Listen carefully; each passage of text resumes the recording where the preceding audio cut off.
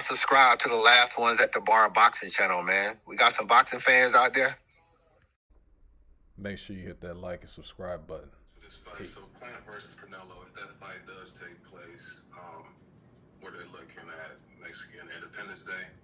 So going into this fight, so let's break down this matchup. You got Plant, who's 28, orthodox, out of Nashville, Tennessee, fights out of Las Vegas. Now he's 6'1" with a 74-inch reach.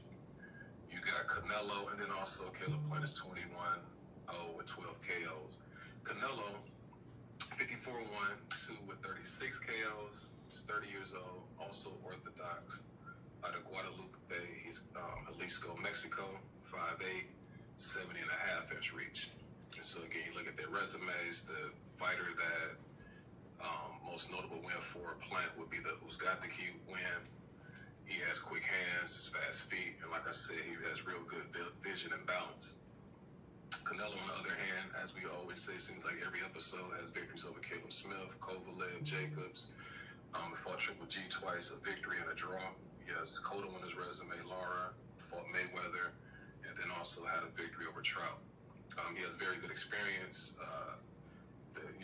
Obviously the competition. And as I say pretty much every episode, he's methodical. He's a methodical tactician. Breaks down his opponent throughout the course of the fight. Excellent counter puncher. Defensively aware. He landed, I would say, some unorthodox kind of combinations. I was revisiting that Caleb Smith fight, and I saw where he was landing the shot that Smith had no idea that those shots were going to come. And then also he's a pretty good fighter when it comes to laying traps. Now, if I'm looking at this fight based on what I see out of both guys, I see the fight relatively even, probably until around the 7th. After that, I think it'll be all Canelo. And I think in the later rounds, he'll either, the margin will get wider and he'll get a 12-round decision, or I can see him stopping Caleb Plant. Like I said, after I revisited the Caleb Smith fight, something came to my mind. I think that Canelo might need to change his name to Easy C, because just like Easy E said back in the day, built like a tank yet hard to hit, that should be his motto, you know what I mean? Instead of Easy E, Easy C, But, I think that Caleb, again, these guys do themselves a disservice by not taking on the stiffest opposition because he has a meager resume. And by the time that he will have faced Canelo would have had another 2 fights. And so he's going to have his mandatory. Then he's going to have Billy Joe Saunders on Cinco de Mayo or Cinco de Mayo weekend. And to me, by not challenging himself to take on the top competition, he's just really assuring himself that he won't be prepared for Canelo, And so, like I said, I think that he's going to be fatigued.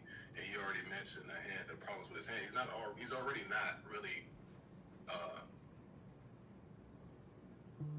power puncher. You know what I mean? Like he really, I saw him knocked out Who's Got the Key 2 times, but it seems like Who's Got the Key was off balance when he knocked him down. But outside of that, he really, instead of sweet hands, they might want to call him cotton hands because he doesn't really have that much pop in his punches.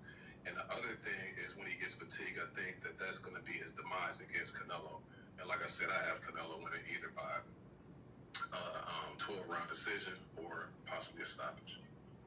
Like I said, guys just need to get as many tough, top-level fighters underneath their belt before they reach for fighters like Canelo. And I know that when that opportunity presents itself and you're going to make more money than you've ever made, I think it's just better to put yourself in a situation where you can actually win the fight. And sometimes you can go through, and I wish, and things will never go back to the way they were before, but that was how it was, and it benefits you in the long run because even though I may take a loss against Benavidez, but in the long run, it's going to make me better because sometimes a loss is a gain. And I think, and what I mean by that is that you lose that fight, you learn what it is that you are deficient in, and you can work on those things. But if I'm fighting weak level opposition, then I'm just glossing over all of the things that I'm not good at, and then it's going to be exploited when you fight somebody of the caliber of a Canelo. And I think that that's what's going to happen in this fight. Well said, Will.